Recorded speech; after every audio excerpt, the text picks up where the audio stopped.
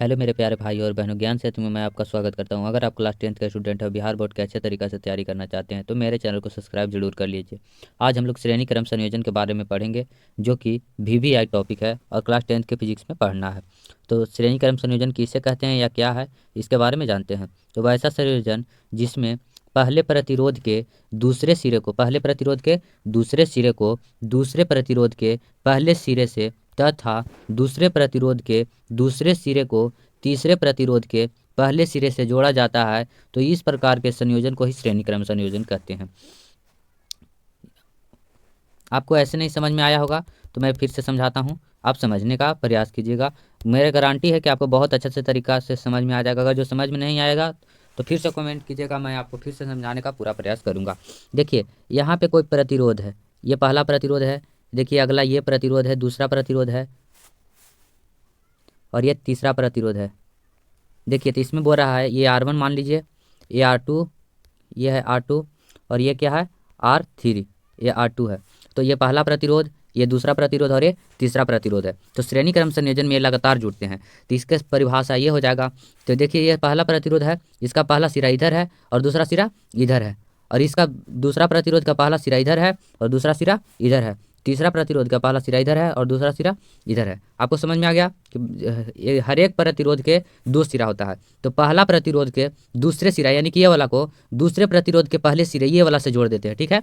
और दूसरा प्रतिरोध के दूसरा सिरा को तीसरे प्रतिरोध के पहला सिरा यानी कि इससे जोड़ देते हैं। तो इस प्रकार के संयोजन को ही क्या बोलते हैं, श्रेणी क्रम संयोजन। आशा करता हूँ आपको समझ में आ गया होगा और इसका फिगर से आपको और अच्छा तरीका से समझ में आ जाएगा।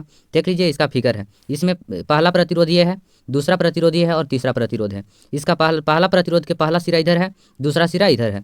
दूसरा प्रतिरोध के पहला सिरा इधर है और दूसरा सिरा इधर है। तीसरा प्रतिरोध के पहला सिरा इधर है और दूसरा सिरा इधर है। तो श्रेणी क्रम संयोजन में होता है कि पहला प्रतिरोध के दूसरा सिरा यानी कि इधर वाला सिरा को दूसरा प्रतिरोध के पहला सिरा इधर से यानी दोनों को जोड़ दिए, और दूसरा प्रतिरोध के दूसरा सिरा यानी कि ये वाला सिरा को तीसरा प्रतिरोध के पहला सिरा से जोड़ देते हैं।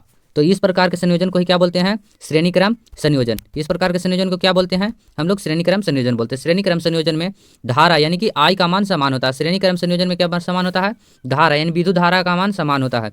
और समांतर क्रम संयोजन में क्या समान होता है, तो समांतर क्रम संयोजन में विभवांतर समान होता है। और श्रेणी क्रम संयोजन में विभवांतर अलग अलग होता है और धारा I समान होता है। तो यही आप याद रख लीजिएगा ऑब्जेक्टिव के लिए कि श्रेणी क्रम संयोजन में विद्युत धारा समान होता है तथा विभवांतर क्या होता है, अलग अलग होता है। श्रेणी क्रम संयोजन का सूत्र है, श्रेणी क्रम संयोजन का सूत्र होता है R बराबर R1 plus R2 plus R3। अगला, जहां R1 क्या है, R1 R2 तथा R3 क्या है, तीन प्रतिरोध है। क्या है, पहला दूसरा और तीसरा प्रतिरोध है। अगला देख लेते हैं कि श्रेणी क्रम संयोजन में विद्युत धारा समान होता है, विभवांतर क्या होता है, अलग अलग। ये तो मैंने बताया है कि विद्युत धारा समान और विभवांतर क्या होता है, अलग अलग। आशा करता हूँ कि आपको ये श्रेणी क्रम संयोजन अच्छे तरीके से समझ में आ गया होगा। अगर जो समझ में नहीं आया होगा तो मेरे चैनल पे आप चाहे इसी वीडियो पे कमेंट कीजिए या इस नंबर पे कमेंट कीजिए। जो भी टॉपिक में आपको दिक्कत हो, मेरे नंबर पे भी आप कांटेक्ट कर सकते हैं। ये मेरा पर्सनल नंबर है, इस पे आप कांटेक्ट कर सकते हैं, या फिर इस वीडियो के कमेंट में लिखकर आप जो भी क्वेश्चन होगा, जिस टॉपिक में क्लास 10th के जिस टॉपिक में दिक्कत होगा आपको, मैं आपको समझाने का पूरा प्रयास करूँगा। धन्यवाद, आज के लिए बस इतना ही। Thank you. मिलेंगे अगले एपिसोड में।